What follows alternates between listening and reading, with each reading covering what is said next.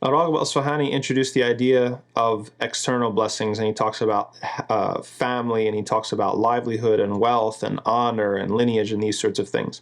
Now, somebody might come and they say, well, this has nothing to do with virtue at all, right? Like, we can have somebody who's poor, and that is actually, maybe he's more likely to be virtuous, and somebody without a family, maybe it's better. Right? And I get this question all the time for people who are trying to study abroad. Do I get married now, or do I wait until after my studies, or things like that? Is it going to be a hindrance to me having a family to pursue my studies or to develop myself?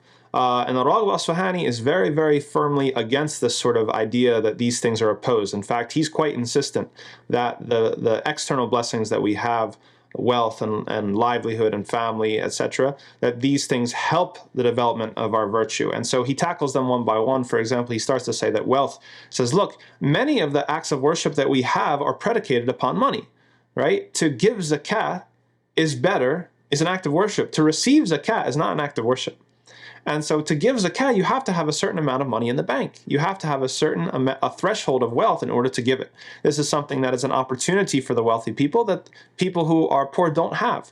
Hajj, similarly, is also this sort of thing where it takes, especially these days, it takes quite a bit of money to go on Hajj. So if somebody has a sort of level of their livelihood, it actually opens up, yes, they have a higher level of responsibility.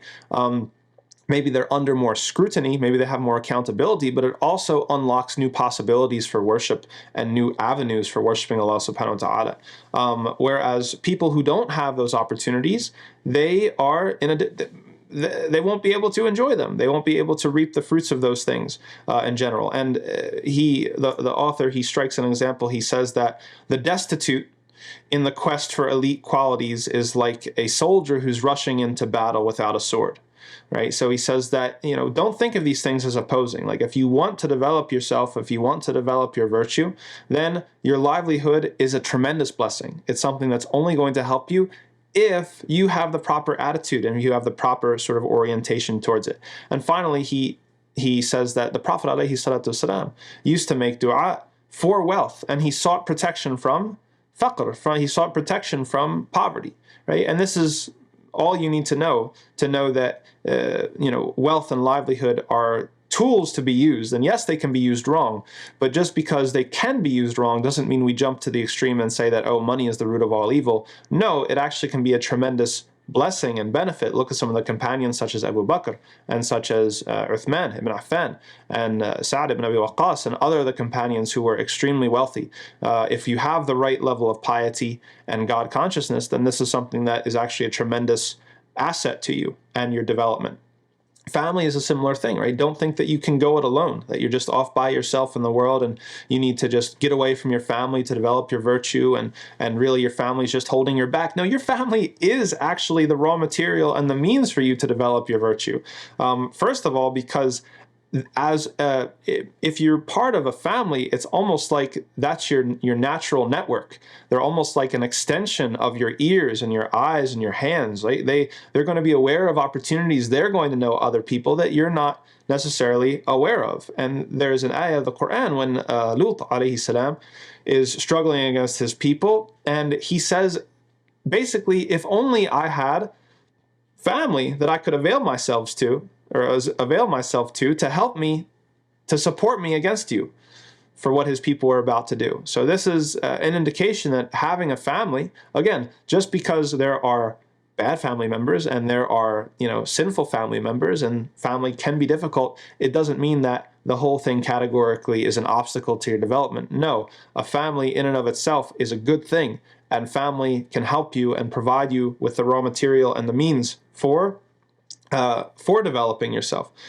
Dignity and honor. This is something that is extremely important when it comes to developing yourself. You don't have to put up with humiliation, right? Having dignity and having honor enables you to protect the people who are underneath of you. Because when you want to develop yourself, how do you ensure that you're doing it with a pure intention? How do you ensure that you're not just doing it to please this person or to please that other person, or you're doing it transactionally? Having dignity and honor is going to save you from that. And finally, even your lineage and your heritage, right? And he kind of is pushing back against people who don't give heritage any weight at all. he says, yes, of course, heritage and lineage is not a free pass. It's not something, and we've made other videos that have pushed against the one extreme of people who are saying that basically, oh, I'm saved because I'm related to a prophet, or I'm descended from this. It has nothing to do with you if your actions completely contradict the guidance of that prophet.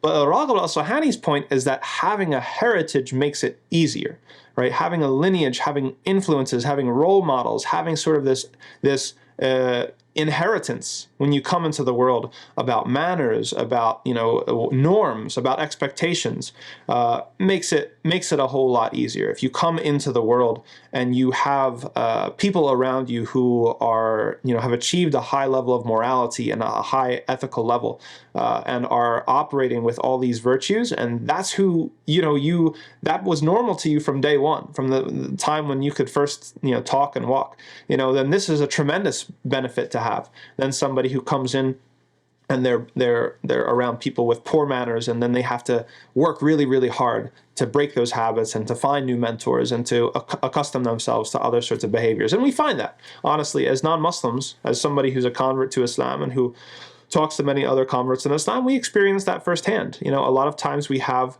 poor manners and poor sort of attitudes and things that we've picked up unconsciously from either our parents or our culture or different sources. And part of the process of becoming a Muslim is confronting these things and identifying them and trying to free ourselves from them.